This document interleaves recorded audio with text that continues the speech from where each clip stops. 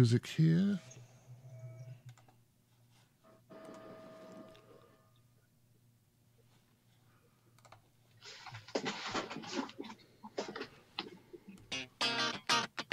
Tim Black. Tim Black. Tim Black. Yes, I am. All right, guys, I want to do a test to make sure that you can hear me and my guest. Folks on Facebook, people on YouTube, my folks on Periscope, can you hear me and my guest? Hello, guest, could you say hello? Hello, hello. All right, I see some people already in the chat room. Brian Crosby and Stock Mom. Stephanie Chateau moderating. Thank you, Stephanie. Let us know you can hear us.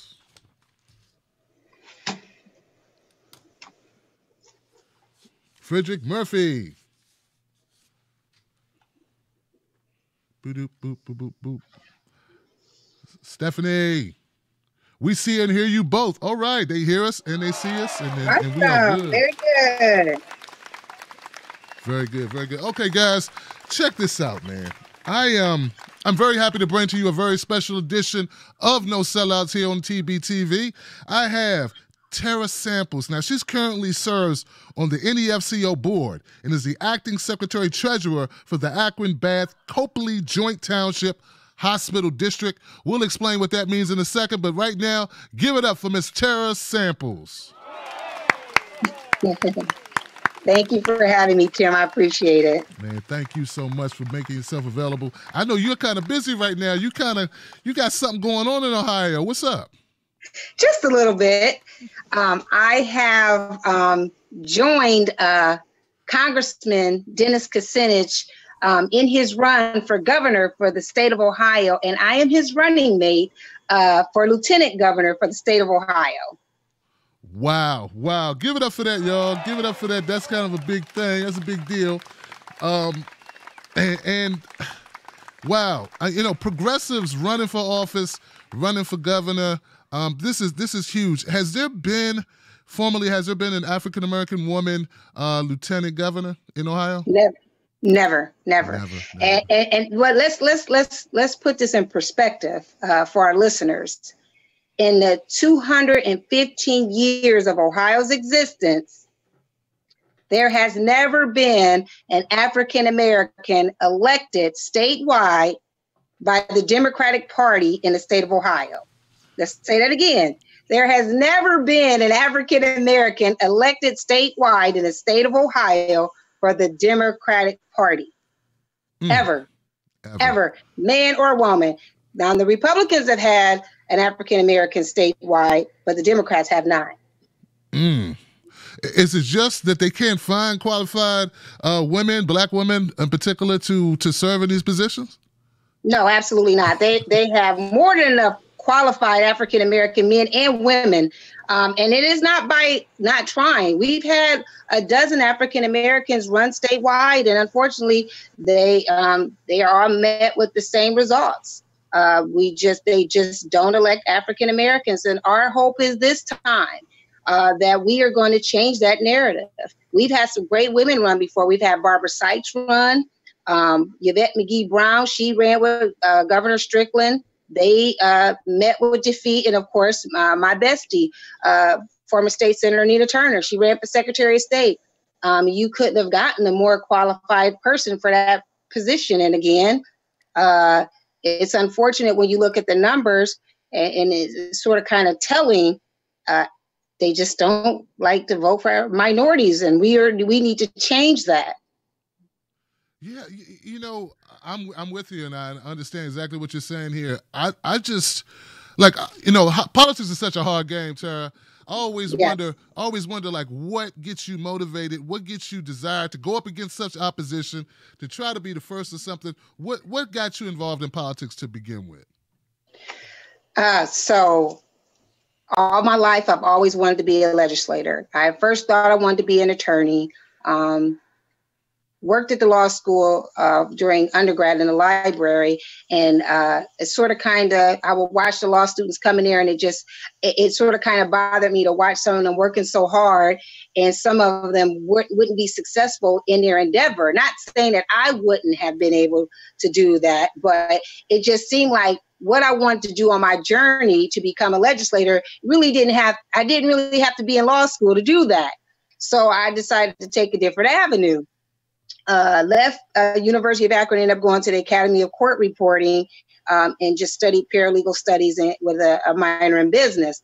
But prior to that, I had already worked on campaigns for several years predating that. First campaign I worked on was for an attorney who was running for judge. I was fairly young. I want to say I was like 18, 19 at the time. Wow. And I just caught that bug, and I was hooked ever since then. I worked and worked and worked on campaigns for about 15 years. And then one day I just said, okay, I'm tired of getting other people elected. I think it's time for me to run for myself, because I feel I have something to offer to the community. And it's unfortunate, outside of the fact that I had worked on so many other people's campaigns and helped them get elected, when I went to them and said I wanted to run, there was no help for me. It was just like, it was okay when I was the help, but when I wanted to become the helper, there was no one there to try to support me in that. And so, I went to my family and I told them what I wanted to do, and they said, let's do it. And we hit the ground running. Me, my husband, my children, a couple of my friends, we knocked on over 8,000 doors in the ward. There was 5 people in my race. And I was successful my first time running. Wow. That, guys, that's amazing. That's what it's all about. You hear the story? You hear the story? I tell you, man. So I want to rewind that just a minute, what she just said, because that really is a great soundbite. And I got to admit, I need the viewership. Tara said it was fine when she was the helper. When she was the help, but when she needed someone else to be the helper, wasn't resonating the same way. What do you think that was about? That could be for several reasons, and I don't want to assume, but for me, it seemed to me like this is one of those moments, those defining moments within our community where we have to make that decision whether we want to continue to help other people live their dreams out loud, or do we go and live ours out loud too? Because we're allowed to. We are allowed to. And that was that moment when I felt like that, like, man, it's okay when I'm helping everybody else. But now that I went to the very same people I had helped get elected and said I wanted to run, I couldn't even get them to give me $20 for a fundraiser. But you know what? Those are those moments that God has to show you. He has to show you, and so it can clear the field, so you can actually go and operate and do the things that he sends us to do in his name, and not be jaded by all this other stuff that goes on. And I think a lot of times that's what happens with a lot of elected officials. They get in these rooms and they pat each other on the back, and then they think that's all that there is you guys have your little circle of people patting each other on the back saying, good job, and then somewhere in there, y'all forget about the people who elected y'all to those seats. And that's one thing that I have worked continuously at, is to make sure I first never forget where I came from, and 2, never forget the people who actually put me in the position to represent them. Yeah, just listening to how real you keep it, Tara, it kind of like I'm not trying to take cover for them, but maybe you're just too real. Maybe they know you don't play ball the way some of the others might play ball. I'm just saying, I mean, I interview a lot of politicians, and you seem like a straight shooter, and those are the ones I support. And I'm just wondering, some people get a little gun shy when they're dealing with somebody they know who doesn't take marching orders too well. Right. Well, I will tell you, this decision to run with Congressman Kucinich, it was an easy decision for me to make, because I am standing alongside with someone who has been out there doing the work of the people for so long, and he has never wavered from that. He is a true progressive. Probably was a progressive before Senator Sanders was a progressive. Mm-hmm. And this has just been his life's work. So me to be able to stand alongside of him and to continue the work that he started long before me, and to clear a pathway for me, because I mean, this Dennis Kucinich, he could have probably called anybody he wanted to run with him. But to hear him say that he had watched me over the years and watched my growth and my connection with the community, that was very humbling for me, because, you know, there are a lot of other people who felt like they should have been in this position and not me. There are people who I support greatly who felt like that they had better qualities and qualifications than I did. But I'm going to tell you the qualification that I have, that I'm not going to discount others, but for me, I serve the people. God put me in this position to serve the people, and I've done that each and every day, regardless of what party they're affiliated with. This is not about D's and R's. This is about serving people. I lost your audio, Tara. Give a darn about people. Wow. Hey, look, guys, that's amazing. I would like to dig in a little bit more when you talk about serving the people, what that means for you, Tara, because I don't think the problems that the folks in Ohio face are that different than problems that people face in cities all across this country. What are some of the things that you're fighting for there in Ohio? Well, of course, for jobs and for there to be equal representation. When they're handing out these contracts across the state, when I'm going past a ODOT project or infrastructure project, I want to see people who look like me, you know, and that's not too much to ask. Like, we don't forget about us. Y'all don't forget about us during election time, and when y'all want us to show up to vote. Don't forget about us when it's time to hand the jobs out. That's not a lot to ask for. And to also, one of the biggest two platform pieces that I'm very, very, very passionate about, first and foremost, is criminal justice reform. And to be able to sit with the congressman and talk to him about what I feel that should look like. Someone who grew up in the neighborhood. I know where I come from. I'm proud of where I come from because it has made me the person that I am. But I know what it's like in that neighborhood. I grew up in that neighborhood where hearing gunshots was a regular thing. I grew up in a neighborhood where I've been to countless funerals of people I've grown up with because I have that conversation with him about what a criminal justice reform platform should really look like. One that we can be proud of and say we played a part in shaping that was very important for me. And then the second piece was as it relates to health and social services. As a parent of a child with a mental health and an addiction issue, that's very important for me to make sure that, you know, there's all the talk about the opiate crisis. Yes. And that has to be dealt with across the country, especially here in the state of Ohio. We are the epicenter right now of fentanyl overdoses. However, if we do not treat the mental health aspect of that, we're never going to get rid of the addiction part. And that's the part I really want us to focus on. It. That seems to be the conversation nobody wants to have. No one wants to talk about a lot of these young people. They're dealing with mental health issues. So if you're dealing with a mental health issue and you start self-medicating, now you're dealing with a drug issue. The drug issue is not going to go away if the mental health is not addressed. And that's something that I'm very, very passionate about.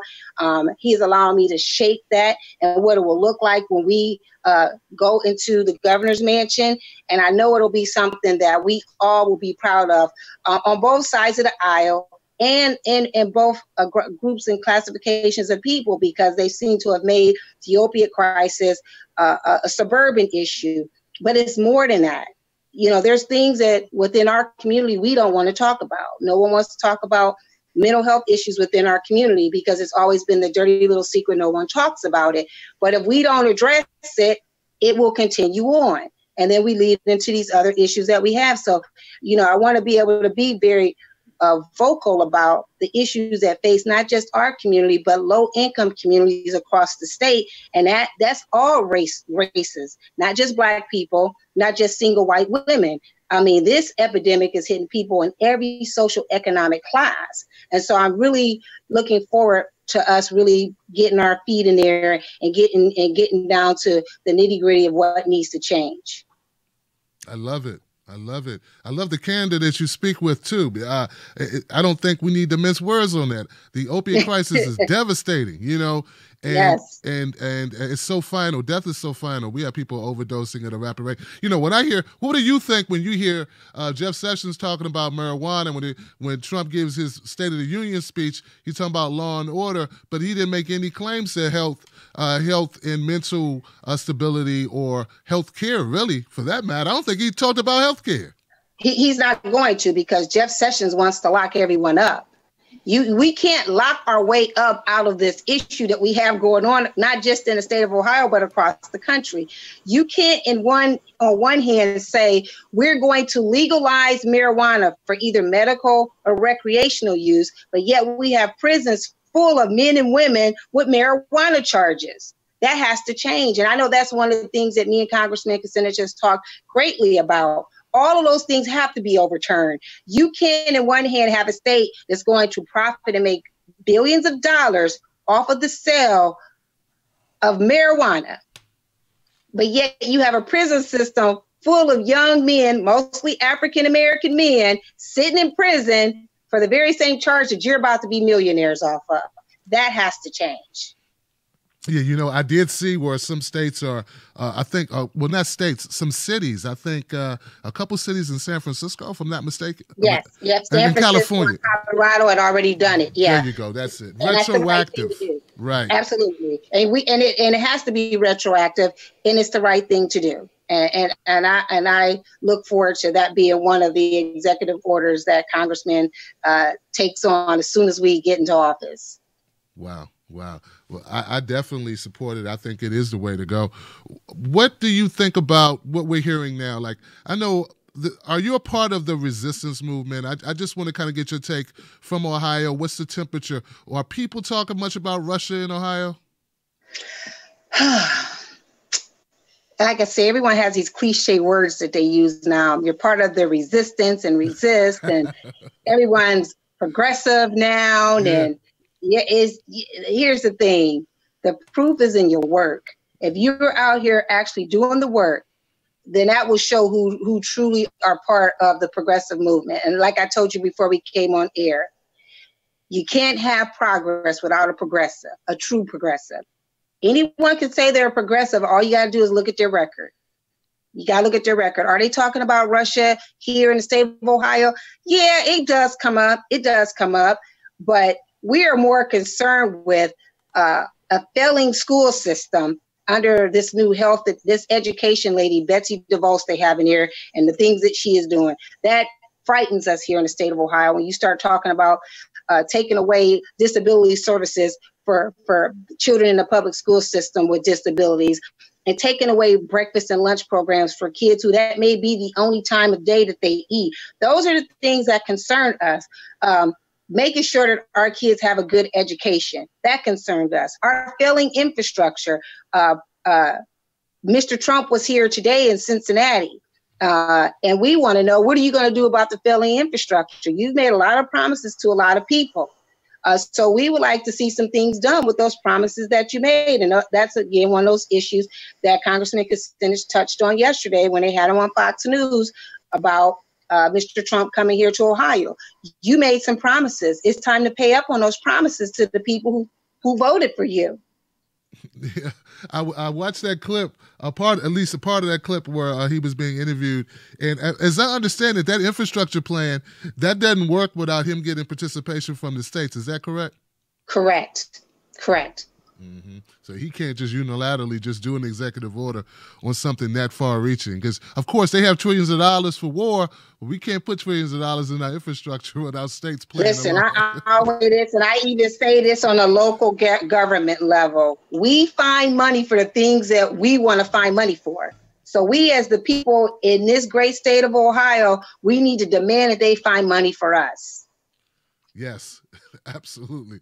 Absolutely. You talked about the infrastructure. You talked about jobs. What are the big companies in Ohio? I'm not familiar with, like here in Maryland, we have some, in Delaware, we got the DuPonts. I don't know what's the landscape in Ohio. So we have a big medical industry here. So we have a lot of hospitals, at least up here in the northern part of the state.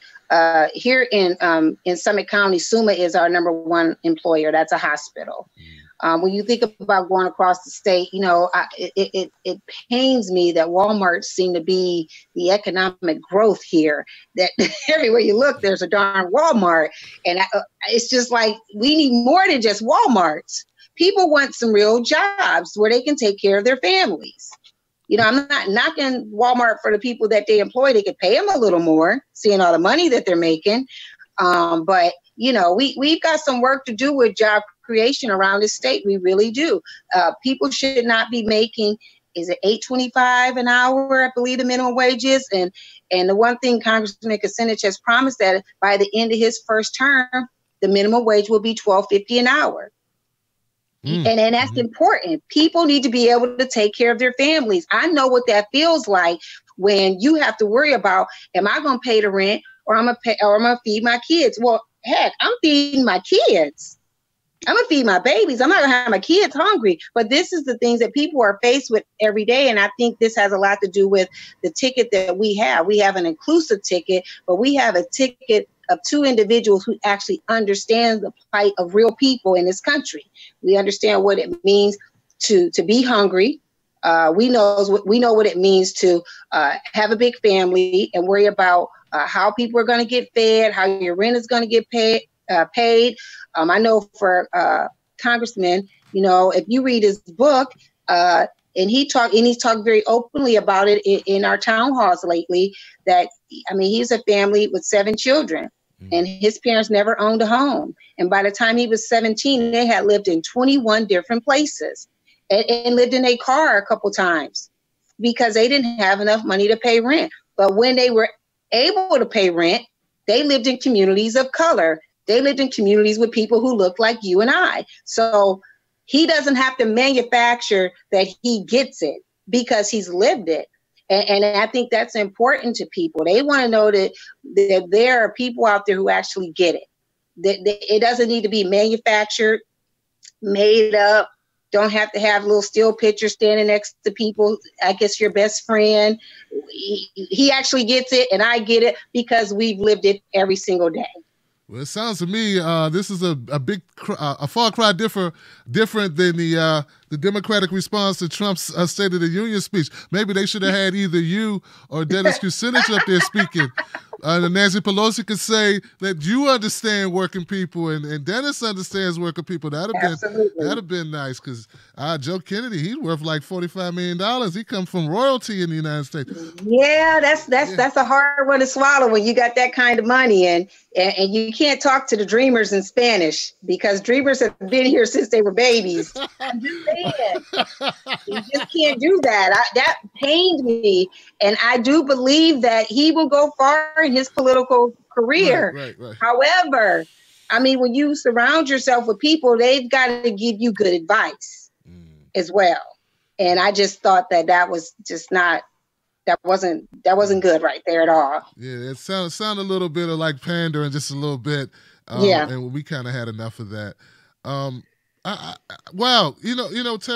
I just say, I tell people when we talk about the Democratic Party, I heard you say it's not about the D, it's not about the R behind your name. What do you say to those people who say, I can't vote Democrat because they're still upset about 2016. They feel that we shouldn't have had Hillary as a candidate, that we should have had someone more progressive like a Bernie Sanders. Some people still haven't gotten past that. And some people even criticize me, Tara, believe it or not, for having you on the show because you are a Democrat. What would you say to people who hold this belief about Democrats and Republicans? Listen.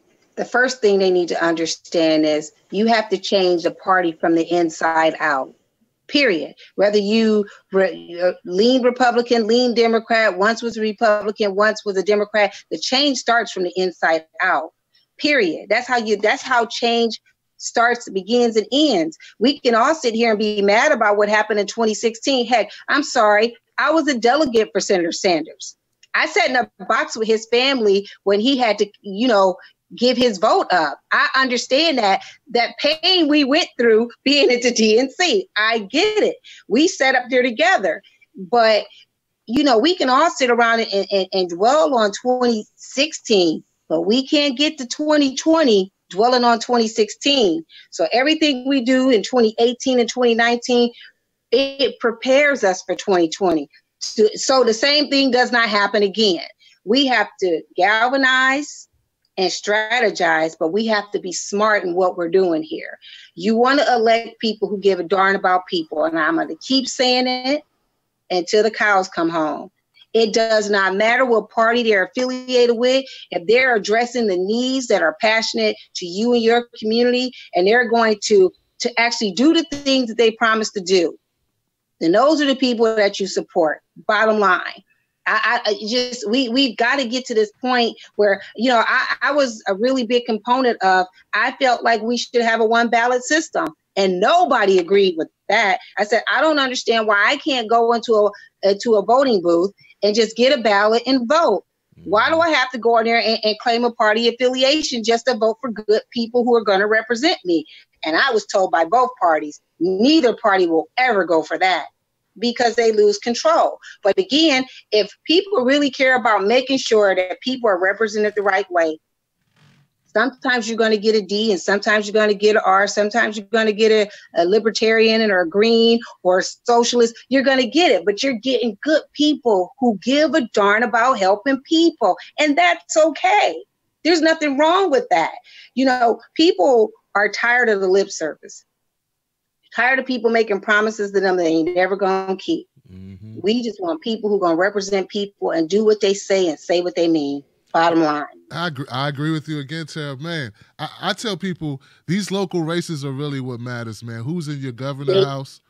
Absolutely. Who's your mayor? Sometimes we get so focused on the big, shiny, you know, national races that we lose sight of the people that impact your life every day. And that's local elections, man. And for you to be caught up, for people to be caught up in, oh, no, this person's a Democrat or Republican or independent or whatever, that's missing the point that these people, you know, that the communities that they serve are going to be impacted. You know, look at what almost happened in Alabama. Did you see that train wreck? Listen, a train wreck. However, let's talk about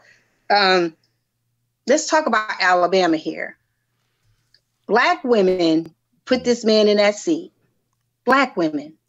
They made sure they showed up and voted to make sure that this I don't know, pedophile, racist. He can go by all kind of names, but no one's looking at the fact that all the people who still voted for him.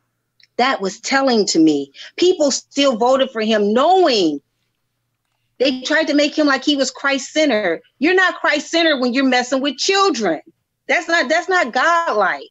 So, but there were still people who voted for him. But then you have Black women who are the heart of the Democratic Party. We'll say it time and time again. They'll say, we're the heart of the party, we're the heart of the party, we're the heart of the party. But this is the part that concerns me greatly in my state. 27 to 30% of the vote is African American.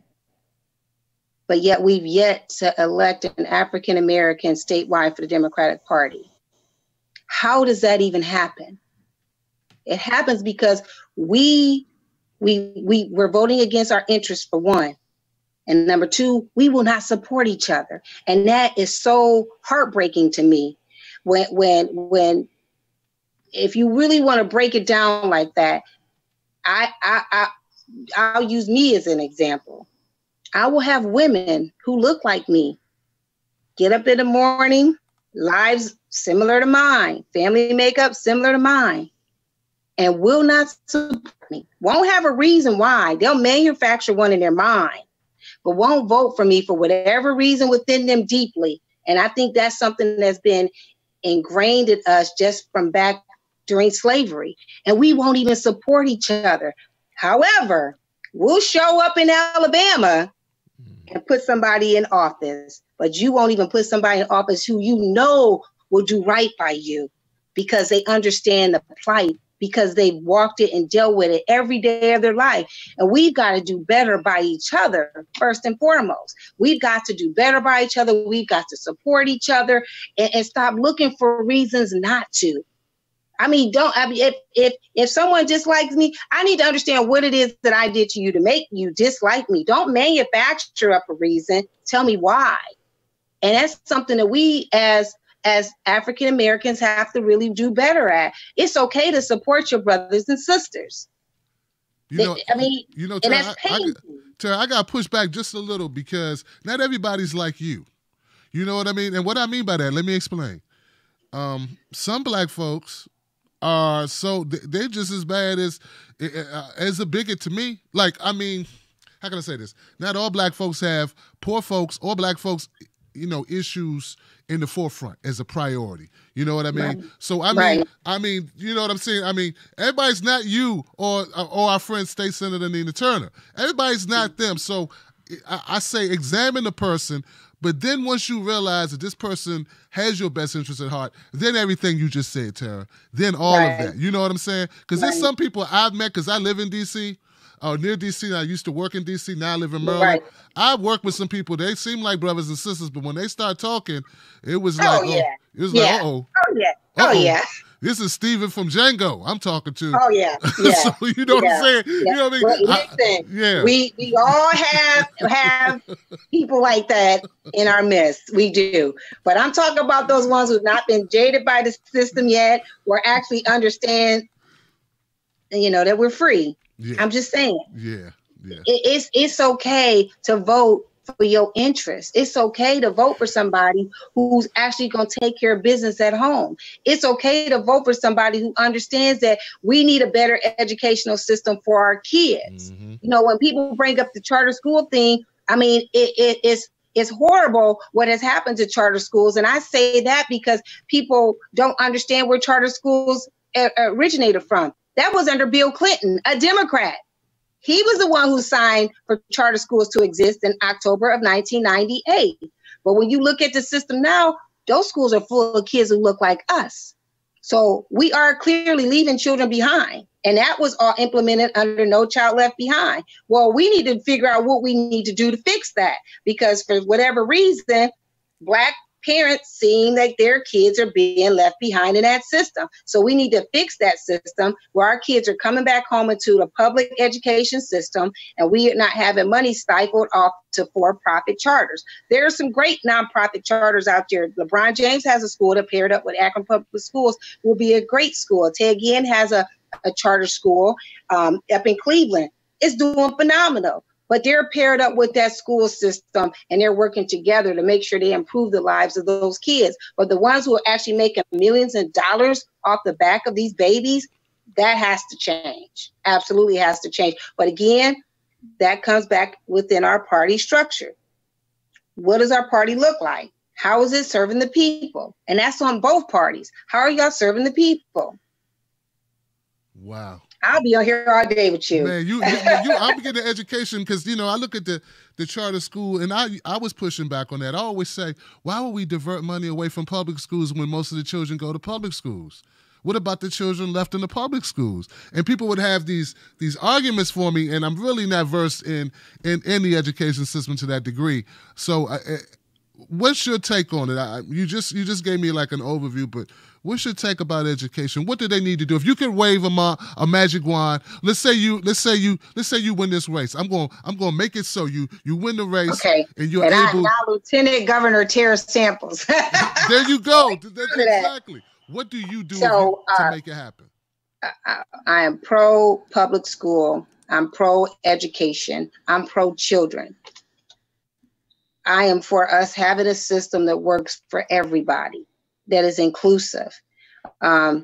There are some programs out there that work very well for children. And those are the programs that the public school system should pair up with and working together in unity to make sure that our babies are getting out of school. And then we get rid of the for-profit side of it, the ones that are making money and they have failing grades, and their kids, when they do try to transfer back into a public school, they're so far behind because it's become a money maker for the for-profit charter, not the nonprofit charter, the for-profit charter. They're making money off the backs of kids. Now, those are the ones you have to get rid of. But there has to be something put in place where when a charter school comes into existence, that they have to go through the public schools. the public schools to have a say of what charter schools are there, and they have to operate in unison with those public schools that are there. Because if you don't, this money is turned into a big money scheme, it seems like. When charter school started in 1998, and just for full disclosure, in 2005, I was a paralegal at a charter school. Well, not for the charter school, for the management company.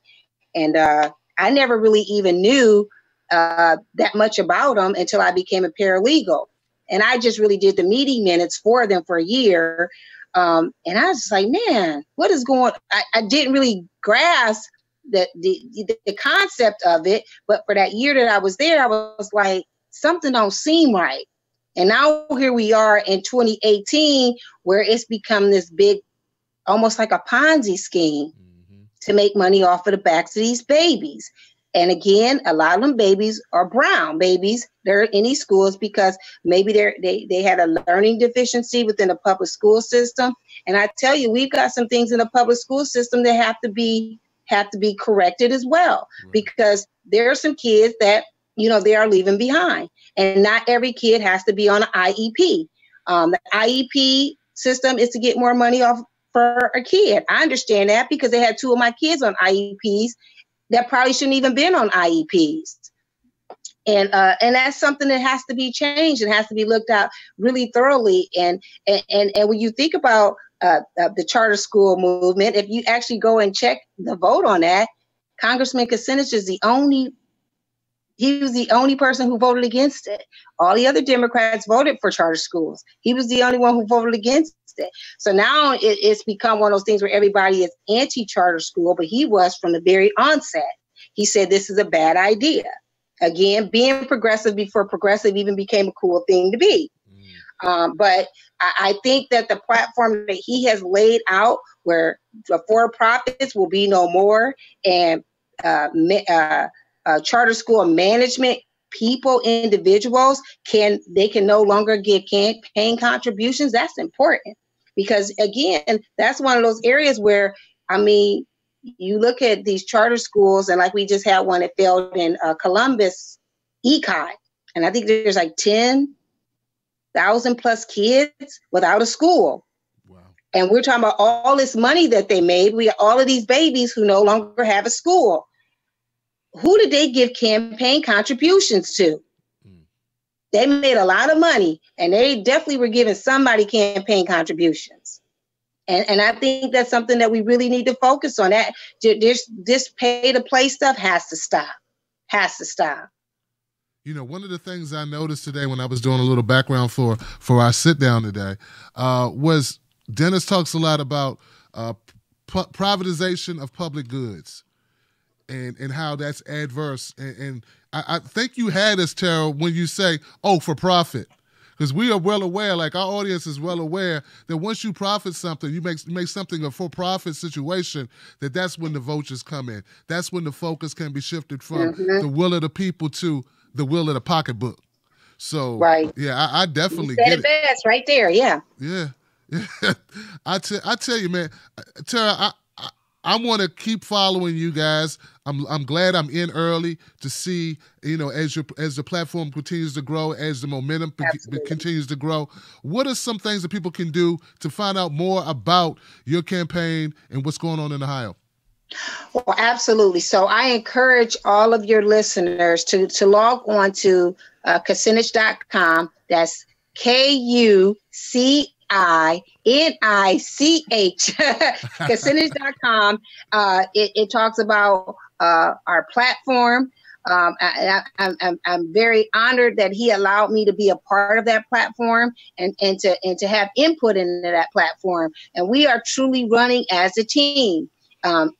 If you have any listeners from Ohio, if you want a team that is going to be inclusive to all, that looks like the state of Ohio, Kucinich Samples is your team. So please log on to Kucinich.com, get to know us, meet us, read a little bit about us. I really encourage people to read a lot about me, because mostly everyone knows Congressman Kucinich, which is a great thing, because that speaks volumes to the person that he is.